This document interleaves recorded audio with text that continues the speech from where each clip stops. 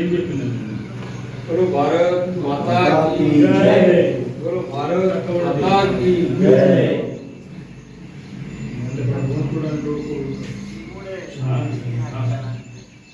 అవ ఏ రాస్తున్నా నువ్వు రాసిన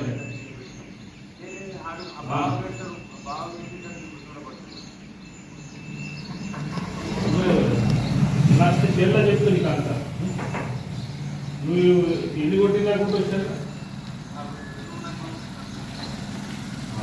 ఇప్పుడు ఒక గంట తర్వాత 12 కొట్టిందాక ఈరోజు భారతీయ జనతా పార్టీ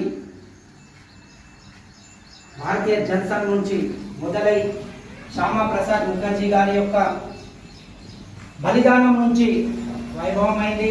ఎన్నో బలిదానాలకు భారతీయ జనతా పార్టీ ఒక ఆదర్శం.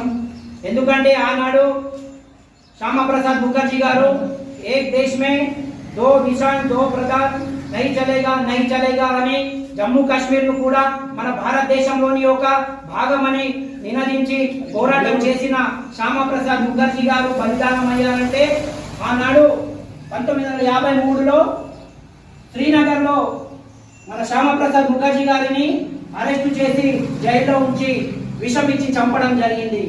అతని బలిదానంతోనే ఈ రోజు భారతీయ జనతా పార్టీ విశ్వంలోనే పెద్ద పార్టీగా వైభవం అత్యధిక సభ్యత్వం గల పార్టీ అంటే భారతీయ జనతా పార్టీగా వెలిసింది. ఈనాడు భారతీయ జనతా పార్టీకి ఏదైతే మన శ్యామా ప్రసాద్ ముఖర్జీ గారి యొక్క ఆశయాలను సాధన కోసం నరేంద్ర మోదీ గారు, యోగి ఆదిత్యనాథ్ గారు, మన అమిత్ షా గారు ఎంతో కష్టపడి మన పూర్వ వైభవం తేవాలని భారతదేశాన్ని విశ్వగురువుగా తీర్చిదిద్దడానికి ప్రయత్నిస్తున్న సందర్భంలో ప్రతి ఒక్కరూ భారతీయ జనతా పార్టీ వెంట ఉండి ఈ కార్యక్రమాన్ని నిర్వహించుకోవాలి.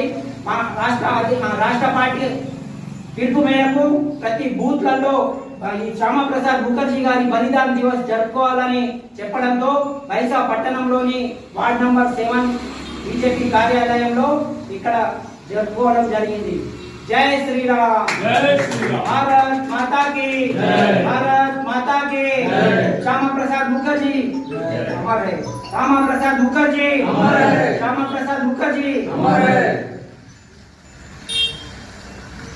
फोटो अच्छा